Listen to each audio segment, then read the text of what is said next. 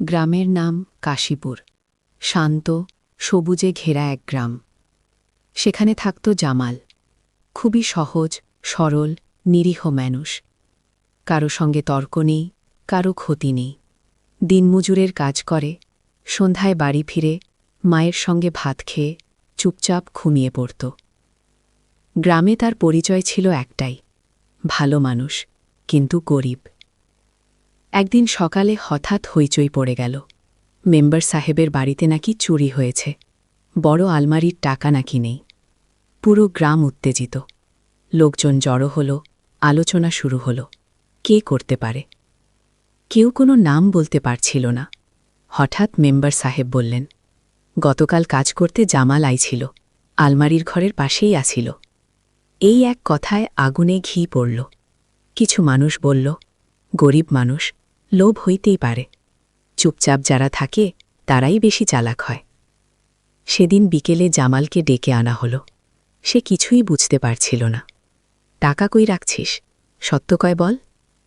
জামাল কাঁপা গলায় বলল, আমি চুরি করি নাই, আমি ঘরেই ঢুকি নাই। কিন্তু তার কথা কেউ শুনল না, কারণ বিচার আগেই হয়ে গেছে। এখন শুধু স্বীকারোক্তি দরকার। গ্রামের মাঝখানে দাঁড় করিয়ে তাকে অপমান করা হল। চর, ধাক্কা, গালি সব সহ্য করল সে। তবু এক কথাই বলল, আমি চোর না। 2 দিন পর ঘটনা মোড় নিল। মেম্বার সাহেবের ছোট ছেলে শহর থেকে ফিরে স্বীকার করল, সে নিজেই টাকা নিয়ে বন্ধুদের সঙ্গে ঘুরতে গেছে। ভয় পেয়ে কিছু বলেনি। টাকা সবই পাওয়া গেল, চুরি কোনো চুরিই হয়নি। গ্রাম নিস্তব্ধ হয়ে গেল। যারা বিচার করেছিল তারা লজ্জায় মাথা নিচু করল। মেম্বার সাহেব লোক পাঠালেন জামালের কাছে, ভুল হয়েছে, মাফ চাই। জামাল তখন বাড়ির উঠানে বসেছিল।